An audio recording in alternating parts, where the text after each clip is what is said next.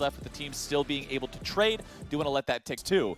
Just happen to play around those facilitators so that you can make sure you're being the early game powerhouse you gotta be. TSM are flying down this bottom lane as a 5-man unit, Kobe. We might get to see some of that spicy cheese here early on.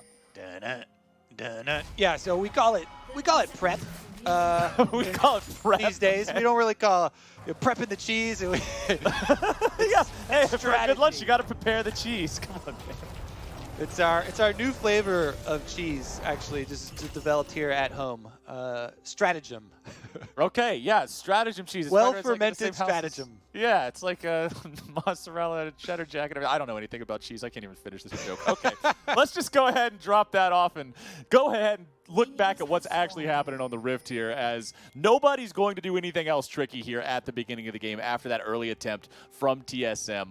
Did not find any success, so no summoner spells spent there. Nobody's really doing anything wacky after that. You can see the fleet footwork on Bjergsen in the mid lane, knowing he's in the melee versus range matchup. That fleet footwork will do a lot of work in keeping him healthy and allowing him to survive in that lane. Of course, he won't have as much damage as the game goes forward with the Conqueror, like many Silases like to use. Everything other than that seems pretty normal here. Yeah, definitely concur. Bottom side, they're going for the quick push here. You see Double Lift, he just procced that lethal tempo, was able to get pass-through damage on Q, plus the extra attack speed there, so they're trying to quickly shove in that lane. But it looked like Tactical and CoreJJ did a good job fighting back in that push for level 2. Meanwhile, Spica, you want to get as low as possible, off of blue buff, off of Gromp, so you can power clear through the bottom side. And I do believe they snuck a ward back in there onto the Wolf camp. Saw a little speck of red to give them a timing on the Olaf power clear, which it's not really surprising when he goes for it, and because Olaf can easily clear all camps before Scuttle Crab arrival. But Broken Blade actually, yeah. Nice trade there from Impact. Barely got the stun with the Facebreaker, having that minion nearby on the other side to make sure he got some extra trading power on the back end. But yeah, when you're looking at the difference in jungle clears here, Spica went ahead, went for the entire top side clear, moving into bottom side for the reasons you stated. Broxah, however, started at red, then immediately goes to his own blue buff to buff, then starts clearing back up towards that top end with Gromp into Wolves. Not quite as efficient of a path, but it does still end up with him being level 3 around this bottom side river with the Scuttle Crab still yet to spawn. Full HP, full mana. Brox is very much in good shape to try to make something happen here. Let's see if he wants to go for a gank onto Bjergsen. Remember, Bjergsen does still have that dash there to get himself away. Still has to expend the flash to get out. This is, again, another early level 3 gank from Broxah towards mid lane. This has become one of the core tenets of the Team Liquid jungling style. Another early pass, burn an early flash onto Bjergsen. They haven't converted those to, like lane kills for Jensen so far. Here we go, though, combo. A little bit of damage, but considering Team Liquid is already stuck underneath the turret, I don't think they'll be able to find too much else with it. Yes, they have Spica nearby. Do they want to go for this dive, though? That is still a Thresh, and a small amount of misexecution or a big outplay from CoreJJ could turn this into a disaster for TSM. Combo. All right, looks like we're going for it. Let's see if that execution shows up. Flash from Tactical, trying to keep himself alive. There you go. This is what I'm talking about. If they outplay it or you misplay it, you're going to be in some trouble. First blood goes over to TSM, but it is a 1-for-1 trade. Money on to Double Lift and money onto CoreJJ. And they got their target, so denying the kill here, Tactical cannot get any of the extra CC or extra CS, and it was CoreJJ that was the only one left alive in range, barely getting that last hit onto Biofrost. So even though they give up the kill, here we go, top side though. Impact with the flash for the Facebreaker to start things off. Broxah wants to save the pillar for after Broken Blade flashes. However, Broken Blade gets enough distance to make sure he's still going to be protected by the turret despite the pillar's presence. So flash for flash being spent by these top laners, and it's Broken Blade who's so low that he has to go back to the base and return with a TP. Yeah, and Broken Blade actually played it pretty well. He should be able to just teleport right back out and get there in time for the cannon minion wave. Maybe he misses one melee minion, but that's about it. I thought he actually played that super well. Remembering down to the bottom side, though, I'm pretty sure this is still big TSM advantage. Ash gets denied extra CS. Doublelift gets to hold his CS lead, plus gets to be the one actually acquiring the kill, even though it was pretty well played by Team Liquid to try and focus fire down Bilefrost and get a counter kill for themselves. The gold went onto the less than ideal spot in Core JJ. Well, if there's any support that I think of in all of our 10 LCS teams, I'd be like, okay, you know what? It went to the support, but that's all right. I think Core JJ would be the guy to get my vote with the amount of crazy plays that we've seen out of this dude so far here in Summer 2020 and throughout his career. Right now, we are in a pause. I'll give you guys updates on that as we move forward, or the pause will be short, sweet, and to the point, and we can get right back into the game like we are now. Back onto Summoner's Rift, summarizing the state of the game. It's a 1-to-1 match with the gold dead even. However, it is a bit misplaced, as Kobe was mentioning there during our brief moment of respite. Jungle comparison, it's a 32 farm state for Spica. Looking across the board, 25 for Broxah. Flowers, one of these swords is bigger than the other one. Tactical here with a little tiny short sword and some brown bag boots on his feet, compared to Doublelift, who, getting the kill and getting the extra CS, has a BF sword, which, you know what that stands for. Big friendly sword. He's going to be making all kinds of friends when he walks into the yard, and he's got the biggest sword out of everybody. This dude smiley is here face to on that sword. lane. He knows what's going on. 51 CS Caitlyn, 20 farm advantage, BF sword compared to no BF sword. This is the bottom lane dream for Doublelift and Biofrost right now, with a Caitlyn Lux too. Just the power of these two champions together in maintaining that lane control and priority. Now, can they get a situation that allows them to take another early first Drake down here? They do have Spica hanging around. Top side here, you can see we're just watching the top laners trade back and forth, but doesn't look like anybody's dropping anytime soon. Both of them will have ultimates if they need to use them. No junglers nearby them. And it's also not just about the size of the swords, but the number. Because Ash going for a Blade of the Ruin King, obviously you're getting small swords there, but you're supposed to have multiple of them to be able to try and not fight just back. one. Yeah, Broxah though, he's trying again. We talk about him burning flash off Bjergsen, but they haven't necessarily been able to get the kills and capitalize on it. It's mostly been like a reduction in lane pressure from Bjergsen and causing him to have to play more safely. You can see CS lead here for Jensen. Oh, Jensen going after him, has to flash for the gold card. Bjergsen does not have any way out. He tries to use the TF ulti defensively, but it will not work. Team Liquid ends up getting themselves the kill onto Bjergsen, but TSM recognize the jungler is in the mid lane, and they take the chance at the Drake and they pick it up. And look at this rotation. They're sending Doublelift up there to catch the mid-wave farm while they have Biofrost and Spica down here. They don't want to let any of this money go to waste with these minion waves being pretty free for themselves. That's one of those quick, just little short rotations where you send them up there, closest person rotates over, next person rotates down, so at least you're still getting income from the minion waves, which have become even more important. Then, once Bjergsen gets back, Doublelift can head right back down. Yep, especially with the situation where Team Liquid have that kill advantage. They have some farm leads. When you're looking at the solo lanes in particular, TSM want to make sure none of that money is going to waste, as Broken Blade might be able to face check this in time to stop Impact's back. Yes, he will.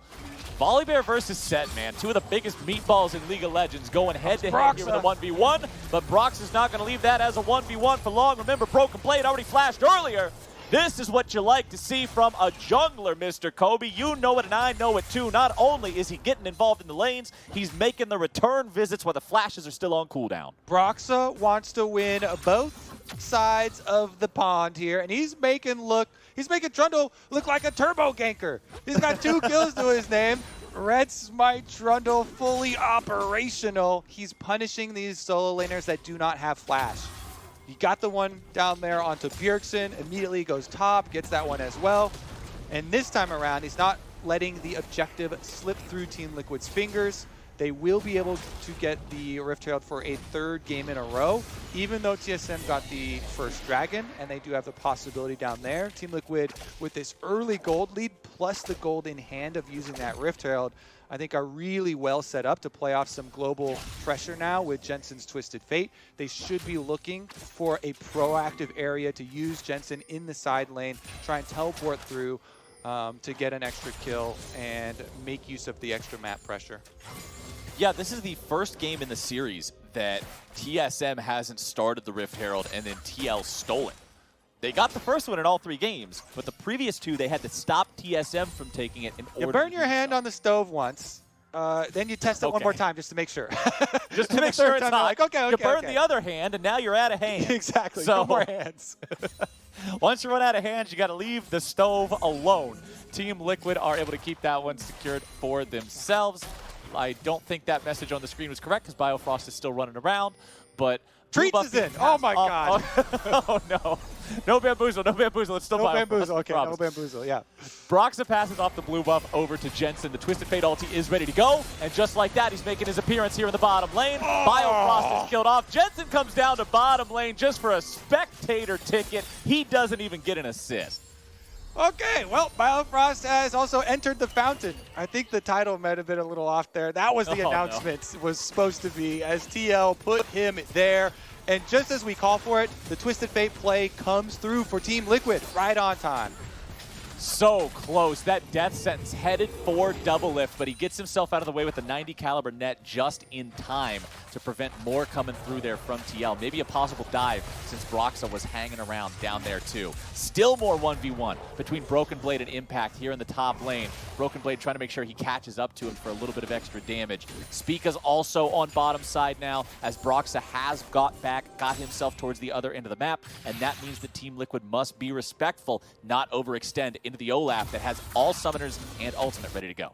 Yeah, I mean, Team Liquid are working off your cooldowns. You basically, you increase and decrease your aggressive playmaking based around Jensen's cooldowns here. He's got blue buff Twisted Fate, just waiting for the extra few seconds here on the Twisted Fate ultimate to come back up. It's about halfway done now after the first one.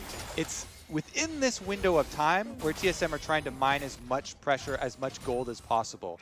Bottom lane goes right back to pushing. Double Lift and Biofrost working away at those turret plates, even as Jensen is able to complete his 11.5-minute Rod of Ages. Honestly, yeah, pretty early for him, considering he didn't get any kills. You can definitely get it earlier if you get those kills, but TSM looking to make the offensive play before his ult is back up. TSM looking to tactical and core JJ here yet again. This turret is so low on HP now. Core JJ goes for the death sentence, but that doesn't hit. Team Liquid, even if they keep themselves alive and draw some of this pressure from TSM, they're still losing a lot of turret plates down here, so TSM is getting some advantages there. Shelly summoned up in mid lane. That's 2 plates going over to Team Liquid. All that money will be on Broxah since he was the one summoning the Herald up. 2,500 gold lead still for TL here as we cross the 12-minute mark in this game. You mentioned Rod of Ages. Since that was completed at 11.5 minutes, that means it will be fully stacked by Jensen 21.5 minutes into this game. The item is 97% gold efficient. Solid 0 stacks, 156% gold efficient at maximum stacks. So you get a lot more power. You get about 2/3 more power in those 10 minutes as it stacks up. So we'll see Jensen reap those rewards here 10 minutes from now, but he's still got some more plays to make between now and then with all those summoners available. And that ulti you mentioned, the seconds have passed, my friend. It's ready to go. Yep, 1 stack per minute. And honestly, we're seeing in this game, Flowers, why so many analysts were freaking out about the teams who were banning Caitlyn on blue side and not successfully picking it up, showing that they didn't have a successful team strategy for utilizing it. It's from this pressure when you compare it with, or when you pair it with a Lux or a Morgana or something like that. Spica, though, going to get chased off this dragon right into the death sentence. Nice hook, but considering he's got Biofrost and Double Lift right next to him, Spica is not intimidated by that crowd control, doesn't feel the pressure to have to use the Ragnarok to get away from it. So TSM will maintain their position here, continue working on this Drake. Broxah is nearby, may go for the turn. Drake is down to 1,000 HP.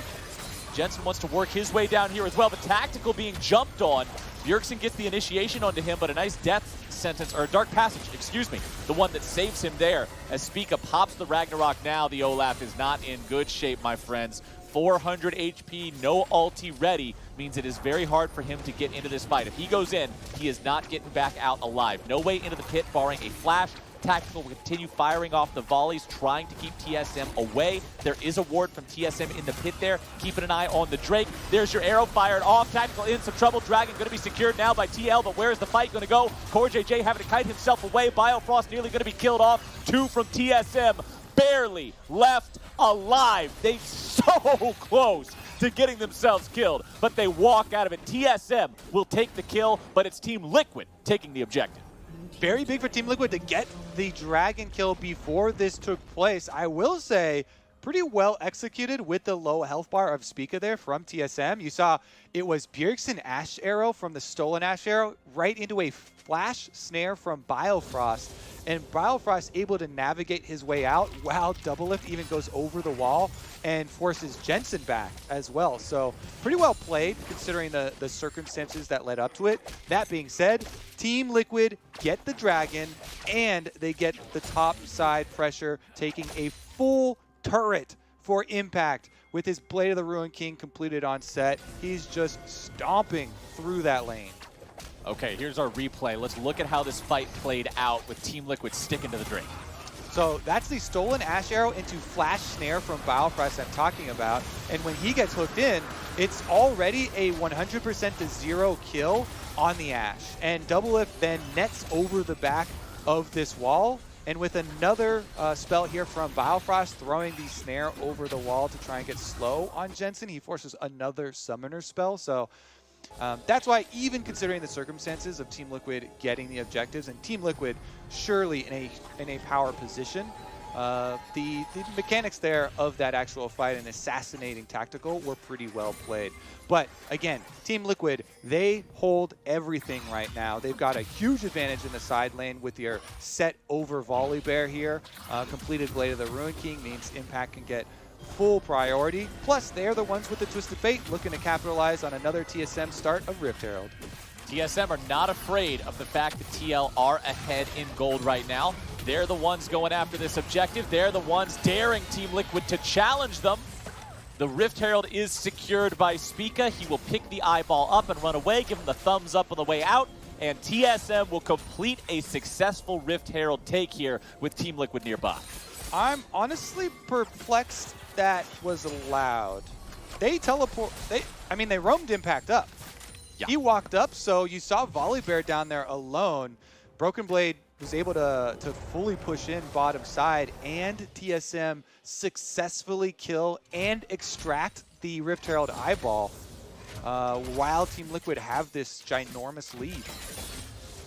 Well done by TSM. They took it. Team Liquid weren't able to get in there and stop them. Maybe the coordination, the communication was off. Can't be quite sure. But either way, they chose to not kick off a fight there. They did not want to risk anything challenging TSM in that environment. Tier 1 turret nearly dead here.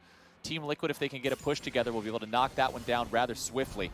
Still another 2.5 minutes before Baron is on the table. Under 2 minutes now before the third Drake of the game does show up. This will be Ocean Soul again, just like in game number 1. But different from game number 1, TSM does not have full Drake control up until this point. TSM will not be able to threaten 4 Drakes equals Soul at 20-something minutes like they did in that first game. Team Liquid doing a better job at contesting the neutral game here than they did that first time around. Arrow coming through, will not find the shot onto Tactical. Respect the shot from Bjergsen coming out there, but doesn't do a whole lot. Will not find Impact either as he gets himself away after putting a couple of punches onto the Tier 1 turret. And because Broken Blade got his alone time on bottom side, he still has his teleport advantage over Impact, and he's been able to get back a little bit into this matchup, whereas Impact's been bullying him so hard for so long. Now at least, Broken Blade has gotten to the Trinity Force here for a Volley Bear, so you've got a lot more sustained damage, and the set now has to respect a lot more the time that Volley Bear can buy. Trinity Force is so good with him because cooldown reduction allows you to get multiple rotations of your W spamming, getting you the extra life back off champions, plus your E shields coming in can be super surprising towards the later stages. And TSM do have good scaling with Silas and Caitlyn. That Team Liquid do still have to keep remain cognizant of. Here comes the Rift Herald play in mid though, and Jensen should be looking with his Twisted Fate ultimate. This could be the play. Impact, teleport will come off cooldown shortly. Turret's gonna die instantly though. One more auto attack from anyone will do it. There you go. Shelly shouldn't be able to get second charge off here. I think TL has enough bodies nearby to prevent that charge. There you go. Drake is alive. Now you've got Impact on a flank position here. Broken Blade is watching, trying to make sure Impact isn't coming around through any of these extra brushes spawned by the ocean map. Team Liquid moving forward. Stun down onto Biofrost, but he is kept safe there. Impact trying to fight in a 1v2 against Bjergsen and Broken Blade off to the side. Will be able to get himself away. Team Liquid, 4 men pushed up into the Drake pit now, looking to secure this one for themselves. Broxah is still going to be near the Drake. Over the wall goes Bjergsen, has the set ultimate stolen. Spica also now into the pit. He's going to take down the Drake, and TSM will outmaneuver Team Liquid and take down the objective. Core JJ goes for the death sentence, and now the fight is starting off. Wild cards go through. Impacts into the middle. He brings one back. The damage happens and Bjergsen's gone. Now TSM got to be careful they don't end up losing anymore. Spica's going to drop. Core JJ with a flash away. Double if, man. What you got to say? See you later. Impact grabs the kill. TL take 3. Team Liquid, they're going to take more than that, too. They're going to take the Baron after that team fight. Oh, my goodness. Core JJ lives another day. He does not go down, flashing away from the last auto. Hey, you got rhymes, too. You got rhymes, too. Hell yeah. Oh, my goodness. Team Liquid pops off on the back end of the fight that looked like it was going well for TSM at the beginning with the objective secure. But now, a 20-minute Baron for the side of Team Liquid is a game changer here in this third game. Oh my goodness, so many plays. Core JJ living there, Impact living after getting the dunk back with the showstopper on set and surviving with his shields. Then Jensen at the re-engage. Let's go through it from the top here. TSM, originally really good steal by them. Bjergsen and Spica both go over, they combo, they steal the dragon, Broxah flashes out, but they step too far forward. Going for the Scuttle Crab here. Bjergsen gets hooked in by Core JJ into the stun ignite, which means Impact goes for the showstopper back. Look at his health. He barely has anything left, yet he still survives off the extra Triumph heal plus, Caitlyn heal was not used. Then we have the re-engage there from Jensen flashing in for the stun onto doublelift, who was trying to finish off Core JJ and gets punished. Just what a big escape from the 3 members of Team Liquid, and then re-engage for themselves. Jensen's Twisted Fate once again is huge for them. Winning them game number 2 and massive in game number 3. Especially after his poor performance in game number 1, where I think Bjergsen just outclassed him in literally any metric you could think of. The past 2 games, Jensen is showing up here for TL, making things happen on the Twisted Fate. Lich Bane, Rod of Ages fully stacked now as of 45 seconds ago, has the stopwatch ready to go for aggro drop and playmaking, and Team Liquid has another 90 seconds of Baron buff to still push and look for these tier 2 turrets. All 3 tier 2s still standing. These are relatively easy to take when you have Baron buff and a 5,000 gold lead. There's no Ornn in the game this time around, so no extra hidden gold advantage through the Ornn upgrades, but TL will get the tier 2 in the mid lane. Still a little over 1 minute left. We'll see him probably rotate down here towards bottom and look for this tier 2 now as well. Twisted Fate might be finding his way into the bans in this series as we progress. You're right, my friend. Captain Flowers. I think you're right. He was there in game 1. He definitely was there. He has not upgraded to the Medjai Soul Stealer in this game. You know, just 3 stacks on the ring, measly there. No, not necessary quite yet, but with Baron buff, this is dream scenario. You get to push multiple lanes at once. Impact can just hover around, buffing up the cannon minion. And look at the damage that cannon minion alone is doing to the turret. Yeah, turret down to half HP there in mid lane. 25 seconds left on this Baron push. Team Liquid, will they be able to get much else done? Not with that arrow flying off like that, I do not believe. Bjergsen's going to soak a little bit of damage, but considering there's still a wall between him and everybody on TL, he's not in any danger of actually dying. A little bit more damage will be applied to the tier 3 turret thanks to that Baron up cannon minion. But Baron dissipates, and with it, so does this push. Team Liquid will take the few thousand golds worth of a lead they got. They're up to about 7,500 gold lead here, 24 minutes into this game. Very powerful advantage for this point in a game of League of Legends. So now they're going to walk away, spin that money, and get ready for the next move. And Impact over Broken Blade again with this set Volibear matchup. I mean, he's more tanky and does more damage at this point. It's actually a huge benefit here for Team Liquid. 2-level lead for himself. Unfortunately, he doesn't have Smite, so he can't do everything. Can't get the Skull Crab for himself. TSM are able to secure that as Spica finishes it off, though, for themselves. TSM really need to rally, though. There's so much vision deep in their red quadrant. It makes this side lane really dangerous, and Team Liquid can continue to make dragon setup plays because they have full control over the bottom half of the map. TSM have made that call, though. They are not strong enough to fight it, so they're going to try and trade. They're conceding dragon. They know that they've been vested here for the mid stage of the game, and they're just trying to get gold back where they can. I do like that option. Yep, we're still 10 minutes away from a soul for either side here. So the earliest you will see a potential Ocean Soul this game is 35 minutes if they're both killed on spawn by the same team. That's not going to be a win condition anytime soon for either one of these squads. You can see the gold on your screen right now. Highest gold value for the side of TSM, a little bit over 10,000 there for Doublelift. But across the board, the same amount of money is on Impact, and Jensen having about 500 more than that means these Team Liquid players are in a really good spot looking at these upcoming fights. Baron will spawn in a little bit over 1 minute. A TP's coming in. Impact could be in a bad spot here. All of TSM moving in, trying to chase after him. Impact goes over the wall. He uses the ulti to position and the flash to stay safe. Spica gets hit by the gold card. Death Sentence follows it up, and that forces Ragnarok.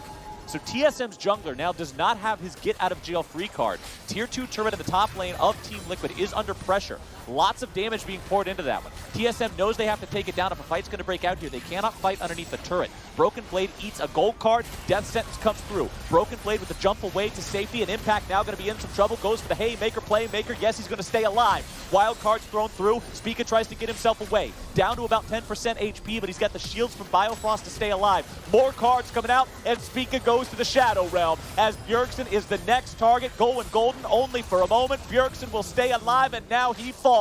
Biofrost tries to run, but it's Lux versus the world, and the world's gonna win. You don't have enough skins to get out of that one as Team Liquid gets themselves 3 kills for nothing. And good golly flowers, look at the time. 5 more seconds left on Baron number 2. Baron o'clock. And Team Liquid is right on time for their big old purple appointment. Couldn't have scripted it better for Team Liquid. They got the first Baron barely over 20 minutes. They're going to get this one right on time as well. My goodness, that's going to have to be a huge push into the TSM base. Inhibitor turrets will be going down after this. There's just such a massive lead right now. Really well played in that team fight, by the way. It was both top laners tanking for their teams. Broken Blade had to use his own ult on Volibear to jump away. Meanwhile, Impact got lanterned out, so the Dark Passage from Core JJ saves him. Here's another look. Broken Blade, he goes out, he has to walk back with 50% health, and Impact, he gets the shield into the Dark Passage, and he gets lanterned out to safety. So TL can move up then with their advantages in the health bars, and Jensen with the extra range here on Twisted Fate, continually able to threaten these gold card picks. They chase down TSM member after TSM member, and the Heartbreaker for Biofrost, not able to finish it off on the tactical. So close on that kill on the enemy AD carry, but it is not meant to be. Team Liquid wearing purple yet again. 8,000 gold lead. Inhibitor turrets are the name of the game, and they're keeping the push strong in all 3 lanes. Bottom laners plus jungler hanging out in mid with the 2 solo laners in those side lanes. Impact doing what you described last time, sort of just keeping the cannon minion enchanted. Set can't really walk up to the turret and do much to it himself without putting himself at way too much risk. So he just wants to make sure. You're doing great work. It's cheerleader Set. He's making sure he's facilitating the minions being obnoxious to kill and getting good damage down onto the turrets with the cannons. Now that mid lane cannon minion only needs a few more auto attacks to actually take down this inhibitor turret in mid lane. Team Liquid are at a point where they're able to hard force if they feel compelled to do so. As Spica and Broken Blade are both called down to the bottom lane to try to hold off this push from Impact. Broxah and CoreJJ also rotating down now. Broken Blade in some trouble here, gets away far enough to not be hit by the death sentence, which means the ulti will be saved. He's not in any true danger just yet, but the mid lane turret has fallen. Tactical putting the auto attacks into the mid lane inhib as TL looks to continue to trap TSM in this base for the rest of the game. Baron has a little bit under 1 minute left to go. Already a Red Bull Baron buff of 2,500 gold's worth. Very good value here for Team Liquid. Top lane tier 3 turret gets taken down by the blue card from Jensen. Impact continuing to maintain the pressure in the bottom lane. Top lane inhibitor will now likely be your next target as the mid lane inhib has fallen. CoreJJ, Broxah, and Tactical must be careful to not walk through the inner part of the TSM base. It would give TSM that opportunity to engage here. Impact will just keep punching. The minion will just keep shooting. And with 15 seconds left to go, Team Liquid will call it a day and head back to base. Yeah, I think the only way TSM win this now is they make a bunch of back-to-back plays to go mega late game. Because you mentioned there's not going to be an early soul in this game. Right. Even though Team Liquid are picking up their third right now to put them on soul point, you still get some breathing room for TSM because of the first two that you got. And you need to dump as much extra money into the Caitlyn as possible. Plus, you're still getting more scaling on your Sylas. For Bjergsen, he's almost level 16 to be able to get rank 2 ultimate, but arrow goes through. Well, Jensen doesn't find the gold card onto Doublelift, thanks to Doublelift using the flash to get himself away there. But Caitlyn now not having that very important summoner spell could be a big decider of this next fight. Team Liquid knows they can go towards the top lane if they want an open inhib, or they can try to finish off the remaining inhibitor turret here bottom side. It looks like once again Impact is taking his position, my friend, and shoving up the bottom lane wave. Yeah, Team Liquid, they have so many options right now. It feels really good to be in this position with the Twisted Fate on your team because Jensen can just go grab top wave by himself, and the rest of your team is very safe because you're the team with the double front line. You have Trundle. Trundle makes sure that anybody who steps up on TSM, any attempt at front-to-back team fighting means your front has to immediately go into evasive maneuvers and dodge damage because Trundle Ultimate will pierce right through any of the defenses that you've built up and make it a lot easier and equalize here for Team Liquid in trying to push that way. So TSM have to make big use of a Sylas stolen ultimate spell or a big, well-played team fight from Doublelift to pull off some crazy stuff. Yep, I'm looking at Bjergsen to try to steal Tactical's ult whenever he can for an extra initiation tool on the side of TSM because they are seriously and sorely lacking those right now. Broken Blade is too far behind the curve of the game, honestly, to really be a massive initiator on his own. He'll jump in and then be in a real tough spot unless one of those enemy carries just gets insta-gibbed, and I don't see that happening. Not with Jensen having that stopwatch ready to go. Not with Tactical being in a spot where he's able to kite away so effectively with CoreJJ right next to him. CoreJJ 3-0-4 in this game. Honestly, jungler and mid laner are also 2-0-5. 3 different... Oh, and Set 1-0-5. Only person that's even died on the side of Team Liquid has been Tactical this entire game. Everybody else making sure they're staying away from that spawn platform as TL pushes forward. A little bit more damage will be enough to take down the inhib, but they got to be careful about how they do it. Nearly killing off Spica as he tries to run away with the Ragnarok. Almost completely dead. Jensen goes for the gold card on him. Wild cards won't be able to finish it. But with the enemy jungler that low, there's no way TSM are able to defend this top lane inhib against the Team Liquid push. Baron is up in 5 seconds. And they get what they came for. Team Liquid destroy the base. 2 inhibitors down with Baron number 3 arriving. This must be the least amount of time that a Baron has been able to stay on Summoner's Rift in a plus 30-minute game here because Team Liquid are in position once again to either bait or even take Baron number 3. And they're going to bait. Deep teleport here means they're going for a flank. Impact TPing in, looking for the opportunity to go behind the TSM lines. He's found Biofrost, looking for double lift, and there he is. Ulti comes through while the rest of TL is able to deal with the problem of Spica. He's out of the picture. Impact with the aggro drop there, utilizing the power of the Hourglass. Impact gets himself away. The regeneration, my God, man. Jensen goes on a rampage, and TSM is running to the hills. Team Liquid continues the chase. Jensen is after Bjergsen with a vengeance, and it's a double kill for the TL mid laner with 4 dead on the enemy team. Surely this is your TL game-winning push as they wave goodbye with the sad Zoes. They got the I can't believe it with the Cosmic Ash. They are pushing for the win, and they are pushing to take us to match point.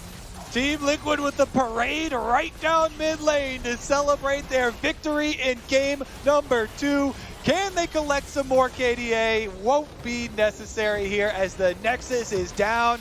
And